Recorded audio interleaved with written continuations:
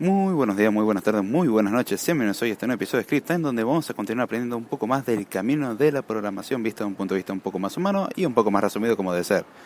Ahora digamos que estoy en la calle y bueno, vamos a dar continuidad a estos podcasts cortitos que hace tiempo que no hago. Acabo de salir de la JCC, ya está prácticamente oscuro, así que probablemente esto lo estoy subiendo el sábado a la mañana, ya que no llego para subirlo hoy. Pero hubo una de las charlas que me interesó, en realidad me interesaron muchas las charlas. De hecho, eso me dan para tema para unos cuantos de Script Time, pero este era uno de los temas a tratar, que era el tema de las bases. ¿A qué me refiero con aprender el tema de las bases y cómo retomar las bases y por qué las bases son importantes? La charla en el título en sí era Assembly is not dead, básicamente haciendo referencia a que el lenguaje ensamblador no estaba muerto. Ese lenguaje ensamblador que muchos odiarán o de hecho muchos desconocerán si son de la generación actual y dirán, ¿para qué hay que aprender un lenguaje tan viejo? No un lenguaje, una forma de escribir programas tan arcaica, inútil, ineficiente y qué sé yo. Bueno, en principio vamos a partir con que la implementación en ensamblador sería, dentro de todo, bien hecho obviamente, lo más eficiente que hay. O sea, estamos escribiendo prácticamente a nivel de máquina, estamos controlando los registros del procesador, las operaciones que hace el procesador, con lo cual es muy eficiente. Por ahí es ineficiente en la cantidad de líneas a escribir, eso es cierto. Ahora, el planteo que daba eso era sobre la complejidad del lenguaje, el poder expresivo del lenguaje, y ahí es donde encontré un dato curioso, algo que ya lo tenía bastante por seguro, pero me gustó la forma de explicarlo. Y la idea de llevar este podcast de hoy es tratar de explicar lo importante que es aprender el funcionamiento base de las cosas.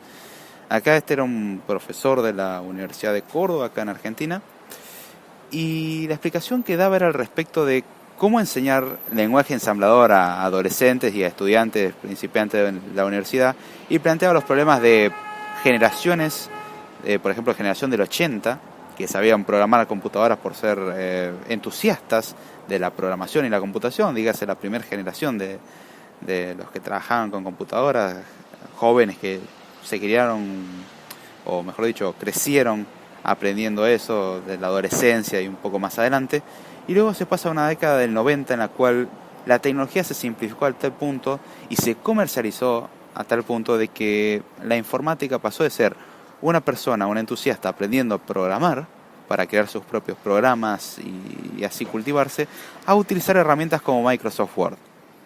Y ahí es donde todo se fue por un caño. Hoy en día el problema que se enfrenta es que a pesar de estar rodeado uno de tecnología, la gente no sabe usar máquinas, solamente sabe usar Word y con suerte. De hecho eso me lo topo todo el tiempo, de vez en cuando en mi tiempo libre enseño a usar computadora y lo veo incluso mismo ingresante de la carrera. Hay muchos conocimientos que no tienen, conocimientos básicos que uno diría, cualquier persona en su sano juicio tendría que saber hacer esto y no lo saben. Bueno, este problema si lo llevamos al desarrollo de software es mucho peor, porque el conocimiento que hay que tener para hacer un desarrollo de software no es exactamente el mismo al que simplemente se necesita para consumir. No es lo mismo producir que consumir, mucho más difícil producir. Y acá lo que explicaba, y un patrón curioso, el cual lo noto con mucha evidencia, aprender algo que utiliza conocimientos por ahí más profundos, que puede que no se requieran. Por ejemplo, hablo de lenguajes de programación como C, o en este caso ensamblador, que ya no estamos yendo lo más abajo que podemos prácticamente, brinda después a la larga una ventaja mucho mayor, que es el saber cómo hacer otras cosas. Lo que obligaba el ensamblador, por ejemplo, es a no abusar de ciertos recursos y a tener que ser creativo, porque para hacer ciertas cosas en ensamblador vos no podés agarrar y decir, bueno, vamos a tomar esto y dividir el string a la mitad. Para dividir un string a la mitad, en realidad un string lo pensás como una lista de direcciones de memoria, y a su vez para dividir un string básicamente tenés que como tener dos punteros, pero también dividir el string en base a poner un puntero, un barra cero, un null básicamente, diciendo bueno, acá está el fin del string, y ahí tenés que plantearte cómo funciona un string, cómo funcionan los registros, cómo hacer para pasar información. Uno diría, bueno, copiar un archivo es simplemente, bueno, mover todos los bytes de un lugar a otro. Estoy de acuerdo, está bien. El problema es que te tenés que limitar al ancho del bus de datos. Entonces, o procesar un archivo de 10 megas, uno diría, ¿por qué el sistema operativo a bajo nivel lo que hace es pedir de a bytes o de a grupos de 4, 5 u 8 bytes? En vez de literalmente copiar el programa y listo. El problema de hacer eso es que el procesador es limitado en capacidad. Entonces el ensamblador te obliga, entre otras cosas, a justamente pensar un poco más allá y decir, bueno, vamos a tener que meter esto. Y entre las cosas que mostraban que habían hecho, tenían que hacer un programa que renderiza algo en la pantalla, le daban todo un framework ya en el cual simplemente tenían que programar, básicamente dándole una grilla, le dan una grilla, una tabla en la cual tenían que ir poniendo valores, y después esos valores, el mismo framework lo que hacía era mostrarlo en pantalla. El framework era una abstracción también de assembler. O sea, todo se ejecutaba en Assembler, pero se compilaba junto con eso que ya le daban una parte hecha. De ahí más uno tenía que hacer algún diseño, algún dibujo, alguna animación, la idea es que sea una animación, en esa pantalla o en esa grilla, y que la animación durara más de 5 segundos. Y la programación la hacían en ensamblador de 64 bits para Raspberry Pi. Y he visto, por ejemplo, uno de los casos de que pintaban un logo de Raspberry usando Assembler, lo cual no es un PNG, es literalmente un logo de Raspberry pintado. Y a su vez en el fondo se movían algunos rectángulos que pasaban por detrás del logo de Raspberry, lo cual significa que nunca lo solapaban. El logo siempre lo solapaba a ellos, lo cual implicaba ver cómo solucionar ese problema. A su vez, no, según lo que comentaba el profesor, no les había explicado lo que era una subrutina o cómo crear básicamente subprocesos o funciones. Y ahí se vieron obligados a aprender a crearlo por su propia cuenta. Y ahí es donde está lo curioso, la creatividad, pieza fundamental de desarrollo de software. Y eso es donde está la parte interesante. Aprender algo a bajo nivel implica aprender su funcionamiento, y aprender su funcionamiento lleva a que después entender cosas a más alto nivel es sencillo. El ejemplo que yo siempre doy es el ejemplo con los punteros. Yo habiendo aprendido cómo funcionan los punteros en lenguaje C, cómo se reservaba memoria, cómo se liberaba la memoria, finalmente entender cómo hacía Java para trabajar con las referencias, con las clases, y cómo optimizaba la memoria, me resultaba algo trivial, medianamente. Y a su vez me permite trabajar de una mejor manera, porque sabía que a bajo nivel el sistema va a hacer ciertas operaciones, con lo cual yo podía optimizar mi código para que funcione mejor.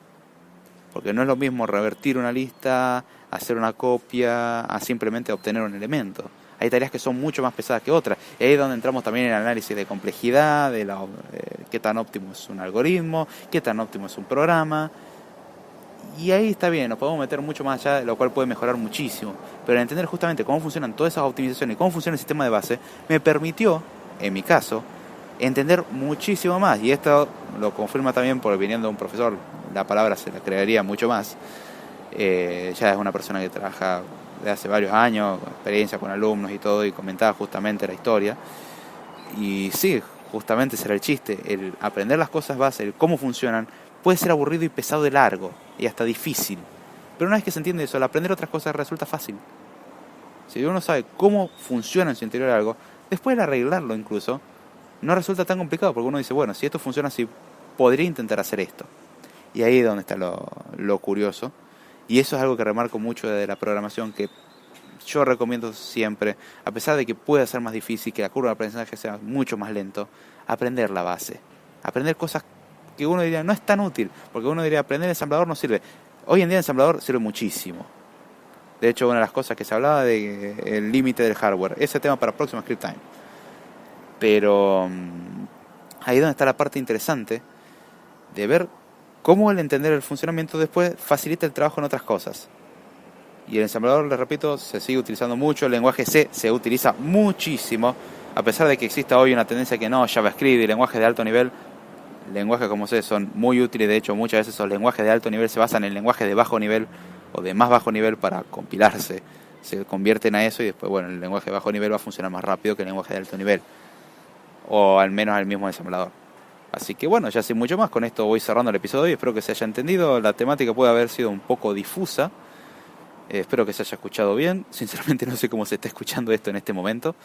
Pero lo que quería remarcar es la importancia de aprender la base. Esto sé que lo había contado antes, cuando contaba que convenía algo de más alto nivel o bajo nivel y que recomendaba aprenderse. Bueno, en este caso, el caso del ensamblador es un poco más profundo y complicado, y entiendo que mucha gente no quiere aprender. De hecho, en ensamblador tenés el problema de que te limitas a una arquitectura en particular. Por ejemplo, para procesadores de 64 bits de Intel, que no es lo mismo que procesadores de 64 bits de AMD, que no es lo mismo para procesadores de 32 bits, que no es lo mismo para procesadores ARM, que ARM a su vez tiene sus variantes. No tenés un montón, tenés también MIPS, hay un montón de arquitecturas que existen. Y ahí es donde está bien, no es tan universal. Pero lo importante es aprender la base. Y el ver cómo el aprender la base lleva a uno a ser más curioso, a investigar más. Y de hecho, si nos remontamos, ya con esto cierro, a la historia, la forma en que nos comentaba este profesor era justamente dando el ejemplo de un manual de una computadora Apple de hoy en día, que bueno, son computadoras con un montón de cosas que no le interesa a nadie, simple, bonito, barato, chao.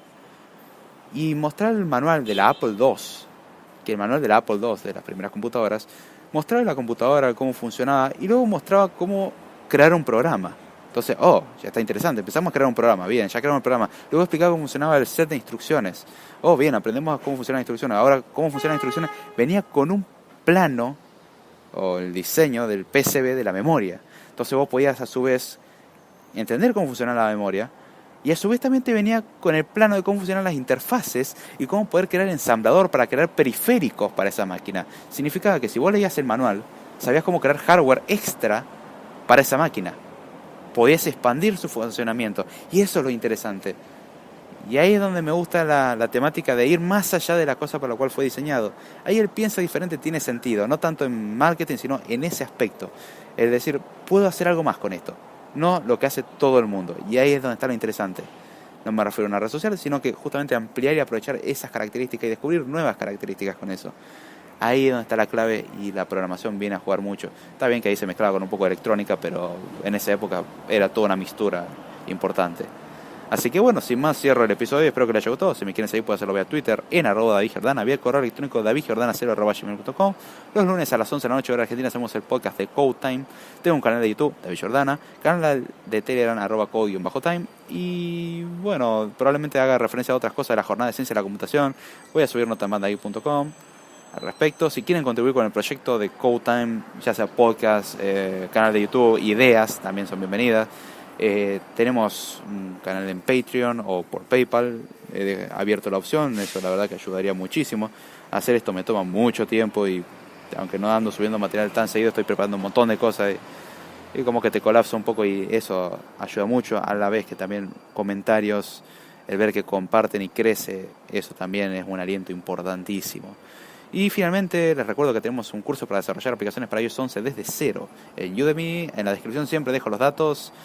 Si usted quiere saber más al respecto, lea la nota de bandai.com, que también está disponible, y si no, consúlteme con interno, que con mucho gusto se le responderá. A los que me han mandado correos hasta ahora saben que no estoy mintiendo, respondo, y si no respondo, insistan por favor, puede que se me haya pasado. Así que sin mucho más, me despido con esto y será hasta la próxima.